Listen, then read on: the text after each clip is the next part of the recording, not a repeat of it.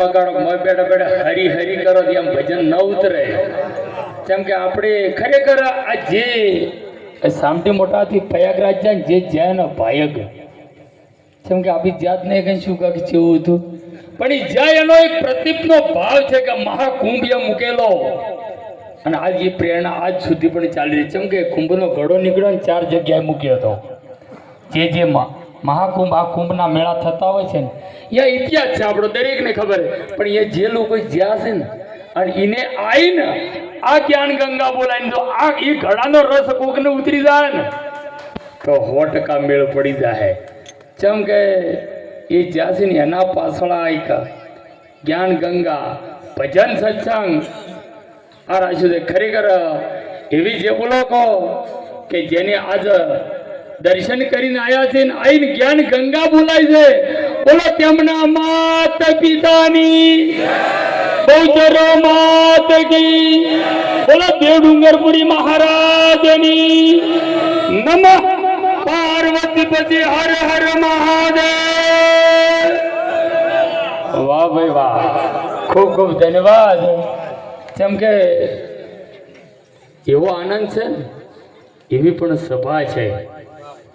ખરેખર આપણને મનુષ્ય દેહ મળ્યો છે આ નિમલે વારંવાર તું ભજી લે કીર્તાર. આ દેહ જ બજાય, બીજા કોઈ દેહ બજાય. જેમ કે બીજા દરેક યોની છે ને એની 4 ઇન્દ્રિયોનું જ્ઞાન હોય, આ માણસને 10 ઇન્દ્રિયોનું જ્ઞાન હોય છે. ખબર હોય ને ખોટું કરતા હોય તોય ખબર હોય, સાચું કરતા હોય તો ખબર હોય. પણ ખરેખર યુવાન મિત્રને તો નમ્ર વિનંતી કે તમે આજ દરબાર સમાજ બેઠો છે ઠાકોર સમાજ, જેમ કે જેના રાજ એમના હાથમાં હતું સમય કોઈ છે ને દરેક ઇતિહાસો જવાબ આપતા જ્યાં છે. જેમ કે મહાભારતમાં રત્ન આપી જોયું કે ભાઈ વેટણ હતા, ફૂટ ના આવી. ખરેખર ફૂટ આલવાથી કોઈ ફરક ના પડે. બે ભાઈ લડોય ફૂટ બદલે માથા ગુડજીને ખૂનનો આરોપ લઈને જેલમાં પડા છે. વકીલને એમ કહેતા મારે 5 વીઘા પૂરું મળતી પૂરું મન છૂટો કરાય એટલે પણ ફૂટની સમાધાન કરી લેવી હતી. ખરેખર જેમ કે હમણાં આગળ વચન કે વચન ના માર્યા મરી ગયા, વચને છોડ્યા છે રાજ. એ ભજનમાં ગુમત રહેના જેને લાજા શબ્દના. આ ભજનમાં કોઈને શબ્દ ઉતરી જાય ને તો જ મેળા પડે ને. મંડપ મેળા બેડા હરી હરીને બહાર મંડપ જોડ્યો ને કોઈ તલ ભાળે હરી ના હોય અને હરી હોય ખબર પડી જાય. આ તો હરી નહીં કેવડા છે. હરી કને જો પહેલા જ ને નીકળ ગઈ છે આરમ પાર નીકળી છે ને નીકળી છે ને એની ખબર છે અને એના જ ગુણગાન ગાઈએ છે ને કે ખરેખર રામાવતારમાં બની જઈ. જેમ કે અલગ માના 3 આ ભાઈઓ હતા, 3 માતા અલગ અલગ થી. કોઈને મારું નતું કર્યું કે તારું છે એમ એવો સ્વીકાર કર્યો. તાણી રઘુકુળ તાણી કીધું કે રઘુકુળ રીત સદા ચલી આવી ઓર પ્રાણ ન જાય. આ વચન ના જાય, ખાલી વચન જાય પણ કે પ્રાણ આપણો છે ને પ્રાણ જતો રહે ને એ વચન કોઈ દાડો ખાલી ના. એ રીત પ્રમાણે અને આપણા ગુરુવા લોકો શું કરે છે વચન ના જાળે એ વચન પાળન તો જ મેળ પડે. ભેગું રહ્યા હાટે મેળ ના પડે ને. કઈક આગળ ઇતિહાસમાં પણ એમ કીધેલું છે કે આગળ સતયુગ જતા રહ્યા, દાપડ જતા નહીં રહ્યા, આફિતાન નતા. કદાચ એ જીવાતમાં કોઈ હશે પણ કોઈ ખબર નથી. આજ જ આ સતયુગ ને કળિયુગ ભેગો ચાલ્યો. જે સત ધર્મથી ચાલે ને એના માટે સાહેબ સતયુગ ચાલી રહ્યો છે અને કળિયુગમાં જેવા વિચારો છે, જેવો ખોરાક છે એ કળિયુગ જેવા જીવન રહી જાય ને. કે પેલા કોકને વયથી કહેવા જતો તો આપણા હગાવાલા જતો દોડીને કહેવા જતો હાલ ઘેર બેઠા વાત થઈ જાય. ઓનથી સુખ જેવું જોવાય પણ એ બધું કોના હાથમાં છે? પોતાના હાથમાં છે. અને તારી મહાપુરુષે કીધું છે અને શિવ ને પાર્વતી મળ્યા હતા ને એમને વાત કરી હતી. શિવજી બહાર ગયા અને પાર્વતીને નારદજીએ કીધું કે તમે નાથ પાયણથી મહામંત્ર જોણી લ્યો. આ મહામંત્ર એ તમને સંભળાવશે. હોજી ભોળાનાથ ઘરે આવ્યા ને માતાજી કીધું કે મને મહામંત્રનો ભેદ સમજાવો ને. કે સતી આ તમારો પ્રશ્ન નહીં આવ્યો જોઈથી કેમ કે આ પાત્ર વગર લાય ના કે હું તમારી રાણી છું, આમ છું, તેમ છું. આપીએ કે ભાઈ એ વાત ખરી, પણ આ નાતે તો મળતું નહીં. આ પાત્ર હોય તો મહાપુરુષો વચન આલતા હોય ને વચન ના આલી શકે કે આ તમે જીરવો ના જાણે એવો સમય આવ્યો ને. એમના પિતાને એ મોટો યજ્ઞ રહ્યો, ભોળાનાથને આમંત્રણ નહોતું. પાર્વતી મહારાજ મારું પિતાનું ઘર મારે જવું પડશે કે મેં તમને પહેલા કીધું હતું તમે જીલી ના શકો. જો આટલામાં નાતું લગાડતા હોય તો હરખાઈ ના આવે. એવું જો રામ સીતા પ્રગટ છે, સીતાએ કીધું કે લક્ષ્મણજીના બંધવા કહો અમને વડા ધર્મની, કે આ ધર્મની વાત તમે ના જીરવી શકો. આ નાતાથી મેળ પડે એવો નહીં. જેમ કે જે દાડે વનમાં જા ને એક જોઈને જીલી જો તો એની ઉષ્ટિ બીજા ઉપર ન પડત. આ દ્રષ્ટિ બીજે ના જાત અને વચનમાં જા ને વચન વરત આપણી દ્રષ્ટિના ગુરુ મહારાજ જો પંડો ઉતારી નાખ્યા તો આપણા નજરમાં કોઈ કુમાર્ગ ન દેખાય, એવા અવગુણ ના દેખાય, દ્રષ્ટિ કોઈના ઉપર ના પડે. તો ગુરુ મહારાજે પરોડાના જેવા ચહમા પહેરો એવું દેખાય. તમારા મનમાં જેવો વિચાર છે ને એ વિચાર શોધતાને કીધું છે કે તનના ગુરુ સબ મળે, મનના ગુરુ છે. જો મનના ગુરુ મળી જાય વિચાર ના આવે અને કોઈ કહેતા હોય કે મેં ફકીરી પહેરીને ભાખરમ જઈ અને ભગવાનને એટલે અહીંયા કોઈ સ્ત્રીના દર્શન ના તારી દ્રષ્ટિ ચો બદલાય. તું સંસાર ધારામાં જીવન કાઢ અને સભાની અંદરમાં રહીને તું જીવતી ને તો તને મહાન કીધો. તાણે કીધું કે મોટા મોટી ભક્તિ આ સંસાર મહાસાગર કીધો છે. આમાં રહીને કંઈક ભજન કરવાનું. અને અમારા ડુંગરપુરી બાપુએ શેખ ફરંદીને કીધેલું છે જેમ કે પ્રત્યક્ષ બતાવી દીધું. એમાં વાણી બોલી છે અવલ વાણી અવલ કેણી અવલરો ઉપદેશ. જેમ કે મુખે મેઠા, આ મેઠું બોલતા એની ખબર રાખજો બા સભામ કુપરું. જેમ કે મેઠું બોલતા નક્કી ના કહેવાય. જી એટલે મારા બાપા ભજનમાં હતા ને કહેતા દયારે કરીને કે ઉંદરને પોખમ લીધો. આ તો જેવું જોઈ જોઈ સંકરવાનો છે. જેમ કે બોલે છું ને હેડા માણસ ઉપર કોઈ સંતો મહાન ઠપકાલ્યાથી પણ જેમ કે સમય આધીન બોલવું પડે. ખરેખર તાણી શેખ ફરંદીને પ્રત્યક્ષ કરનાર પણ શેખ ફરંદી એવા પાત્ર બન્યા હતા ને. અને ડુંગરપુરી બાપુનો હમે જવાબ આલ્યો હતો કે શિવ શહેરમાં રહેતે હૈ, શોભા શહર કો દેતે હૈ, બૂંદ પડે છે આસમાન થી, શોભા શહર કો દેતે કે તમારું નહીં આગળ થયા તમારે હાલવું પડે. પણ એવું બને તો હાલે. અને તાણી ડુંગરપુરી બાપુનો વિશ્વાસ થઈ ગયો કે 100% આ ઠેઠ ઠકાણ પોકે કે તું પહોંચી જા નીજ ધામ. એને ભોળાનાથને કે શંકરને કે કૃષ્ણ ભગવાનને એ નતું કીધું તું પહોંચી જા નીજ નીજ જે પોતે પોતાનું ધામ તું ઓળખી લે.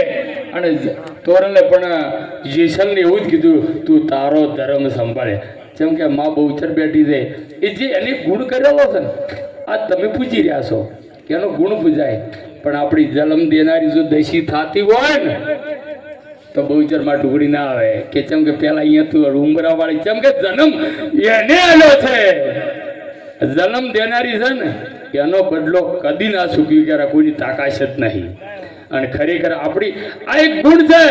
હાલમોજીને જાઓ ને ત્યાં દર્શન થાય ને તો કુકડાની અસવારી છે અને ઉપર બનાવી કે તમે બહુચરમાં જ કહેવાના, તમે અંબેમાં નહીં કહેવાના. તમે ઓળખો તો કે નહીં ઓળખતા? રોમાપીનો હમણાં પાલન ઘોડો ફોટો જોયો તો ઓળખો કે ના ઓળખો? પણ તમે તમન ઓળખી લો. જો તમન ઓળખી લો ને તો બીજાને ઓળખવાની કોઈ જરૂર ના પડે. એ સેમ જ દેખાય, એના દર્શન જ છે. અને તમે એવા ઓળખો ને જીવનની અંદરમાં તાણીક મહાપુરુષે એવો ઠપકો આલ્યો કે આ વસ્તુ છે ઓળખવા માટે પૈસેથી કે એનાથી ના મળે. અને જો પૈસાથી ઓળખવાનું મળતું હોય તો આપણા ભાગ્યમાં ના આવે. જેમ કે જુનાગઢ આજ કીધું એ લાખો રૂપિયાવાળા થઈ ગયા. પણ આજ જુનાગઢ કનું નરસિંહ મહેતાનું કીધું છે એ ભજનનો તાકાત છે. અને એવું કોઈ કહેવાય છે કે કોઈ બાર દેશનો માણસ આપણા ગુજરાતમાં કે ગુજરાતની ભાષામાં બધી શીશી લઉં. અરે પેલા કીધું કે ભાઈ તું શીશી લે પણ જેમ સેમ તો ના સમજાય કે મને મેતલાલો મેતલા કે મહિનો નીકળી ગયો બધું વસ્તે લખતા આપણા વેદ બધું વાંચી લીધું કે તમે કોને એનો જવાબ આપ્યો. ખરેખર એવું આપણે તો બધા ગોમના જ છે, પણ ગુરુ પાસે મળે ને એ બીજે ચોય મળે. આ સચોટ કીધું છે. ગુરુ બિન જ્ઞાન ન ઉપજે, ગુરુ બિન મિટે ન ભેદ, ગુરુ બિન સંશય ન ટળે, ભલે વાંચો ચાર. કેમ કે વેદમાં છે, વેદ હમારા ભેદ હે, ભેદ વેદન કી મોય, વિભુ વસે વિશ્વમાં, વિશ્વ વિભુની. આ છે ખરા, પણ એમ કીધું કે શીજલા કે ગુરુ મહારાજની ખબર પડી છે કે ઓને મન મેલું છે તે હરખાઈ ચોથ આવશે, પ્રકાશ થાય, કોઈ કસણ થાય ને કોઈ કહેતા દારૂ જુગાર ચોરી જારી મોજ આ પોસ્ટમાં કરી હું ભગત થઈ જાઉં. એટલે ના, તું માણસ બન્યો, તારા થોડાક અવગુણ નીકળી જાય, તું તારું જીવન સારું કાઢે. પણ એ જીવન કાઢવાથી આમાં પછી મનના મળી જાય અને મનની ઓળખાણ કરાવી અને મનના ગુરુ મળી જાય તો જેમ સેમ બધું સમજાતું હોય છે. એકને પેલે કીધું કે તું મોહે તું લેતા આવજે. એ પેલો સગડોળે સડી ગયો કે મારું આવું કોઈ ભણવામાં જ ના આવ્યું. કેમ કે આવો ભજનનો ડાયરો જમેલો હતો અને પ્રશ્નો હોય પૂછાય તાણે કે કાલ ગયા ના ખબર તરત બતાવવું પડે. એ પેલા કે ના આવ્યું બાપુ કે તારે અમે કર ને આ વસ્તુ ગુરુ બિન જ્ઞાન ન ઉપજે, એને વગર ખબર નહીં પડે. એમને તરત રસોડા વિચારો કરે કે ભાઈ મોહે તરત પેલા મેલું તું લાવી. જેમ કે હીરું નજરમાં જ નહીં આવતું. આ પૈસા બધું નજરમાં આવે, ગાડીઓ મેલી, બંગલા, મિલકત આ બધું નજરમાં આવે, પણ જે છે ને એ નજરમાં આવતું નહીં. મેલું છે એ સંતોના સંગમાં જઈને પ્રકાશ થાય. તાણે કીધું કે સંત સમાગમ સાચો થયો, તેને અંતરનો અંધકાર ગયો, જેને અંતરનો અંધકાર ગયો એને ભાણ રવિનો.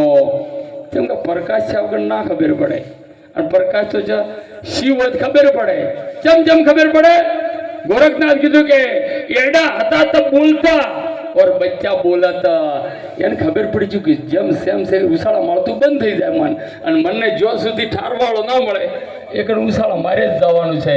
એક ખરેખર આજે જે પ્રસંગ રાખ્યો સામટી મોટાવાસ એમને ખૂબ ખૂબ ધન્યવાદ છે. આગળ આપણો સમય આધીન છે. જેમ કે ખરેખર સંતોની એ જ કૃપા હોય કે વ્યસન મુક્ત તો બનજો જ, તમારા બાળકોને ભણાવજો. કેમ કે હાલ કહેવા જ તમને કાઠું પડે, તમારી બહુમતી વધારશે પણ ચમચમ કરવાની. બહુમતીનો મતલબ એક છે આપણું જીવન બહાર જઈએ ને તો આપણને કંઈક દેખાવા જોવે ને તમને હાલ બધા કહે ગાઢા રે આલમ તમારા શરણે રહે, હવે તમારી ચમચમ છે એમ કહેજો. ઓમસિંહભાઈ સાચી વાત છે. આપણે વર્તનમાં રહ્યા નહીં, વર્તન ખોઈને તાણે આપણે દેશાધીન ખરબે છે કે ફતેહ રાજા એકર કહે કે મહાકાળી મળજે, એ પાર્વતી જ હતી. મહાકાળી મળજે ને મહાકાળી થઈ ગયું કે આ કાયમી કહે છે ને આ જાવું છે પેલે વિધો કરો દારૂ. કેમ કે મુયા ગોમનો દારૂ તો ઓળખું જ છું, એની દારૂ પીધો અને મહાકાળી થઈ ગયું કે જાવું છે ને જીન. એક પેલા ફોટનગર શેડો પકડ્યો. હવે આ શંકર ભગવાન જેઓને વળખા કર્યા, પેલા ભસ્માસુર પડે એને વળખા કર્યા, તો ફતેહ રાજાને કોઈ તાકાત નહીં કે ફતેહ તું કીધું છે ને તારી સેવા પૂજા તનાલ કઈ કહી શકતું બોલ ફતેહ. તો માગે તો તારો આખો પાવો હોનાનો મટાઈ ગયો. પેલો કે કોઈ ના જોવે. એ ખરેખર આપી આશીને આશીત કોઈ છે. અને જે સંતો એમ કીધું છે કે રામને 14 વર્ષનો વનવાસ, 14ની વ્યાખ્યા ઘણી મોટી છે. આ 14ને જોડવાનું છે. મહાભારતમાં આયા એમણે પણ 14 વનવાસ દીધો. ભલે રાવણને કીધું કે 14 છોકરીનું રાજ તને દીધું છે, પણ તું 3 વસ્તુને ખબર રાખજે, પોતાના ભાઈને તત્તો ના, અને આ ભોળાનાથનું વસ્ત્ર છે ને એ ધારણ કરીને કોઈ કુમાર્ગે ના જાતો. અને ખરેખર આવા વચનો એ બોલ્યા હતા ને એને ખબર હતું કે આ વસ્તુ કરવા દે તો આ વસ્તુ બનનાર છે. અને છેલ્લે મહાપુરુષો પણ આપણે શું સમજાવે છે, હવે એટલે તો આપણે જેલા નથી એને દેખ્યા ને, પણ એનો ઇતિહાસ બોલી રહ્યો છે. અને આપણા ગુરુઓ લોકો એમ કીધું છે ગુરુ મળી જાય ને કે ગુરુ ચરણ પંકજ પદ પૂજતા 14 લોક પૂજાય, શિવ વરંતી શારદા કે જસ ગરુ તણો. આ 14 લોક ગુરુ મહારાજ વર્તાવી અને તમે હાલ ગુરુ મહારાજના ચરણે જાઓ ને તો ગુરુ મહારાજના 14 લોકની પૂજા થાય છે અને ગુરુ તમારો પર હાથ મળે ને તો કોક દાડો પૂછી લેજો કે 14 લોકો બતાવી દેજો બાપુ કેમ કે પછી ગુરુના શરણે જાઓ ને ગુરુ મહારાજ જેમ સેમ બતાવે 14 ચોકડીનું રાજ અને તાણે સંતોષ સાખી બોલી છે પણ સાચી છે 14 લોક હાચા ને હાચા. હવે આગળ આપણે આગળ દોર ચલાય. બોલો સંત કરો દેવાનો.